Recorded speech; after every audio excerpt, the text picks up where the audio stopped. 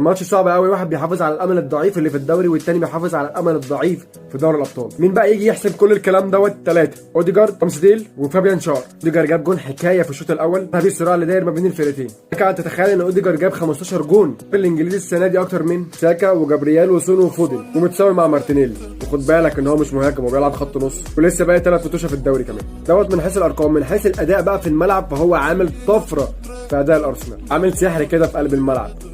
النهارده بقى رامسديل قلب على بوفون، كان اخطبوط، شال كتير قوي. 3 نقط اللي اخدتهم من الارسنال النهارده لو ما كانش موجود رامسديل كان هيبقى بذمه الله. يجي بقى لاكتر واحد مؤثر في الماتش وهو فابيان شار، اللي هو الفرقه بتاعتك خسرانه 1-0 وعماله تهاجم وعماله تضيع وعماله تحاول، تيجي انت وتفشخ كل اللي حصل دوت. فشخت الواقع وجبت جون في نفسك. يعني جماهير نيوكاسل عماله تحاسب عليك نفر نفر. ده المركز الثالث بالنسبه لنيوكاسل في محل شك. او النهارده المان يونايتد كسبت ويست هام. اخيرا وليس اخيرا كان معكم زيكا.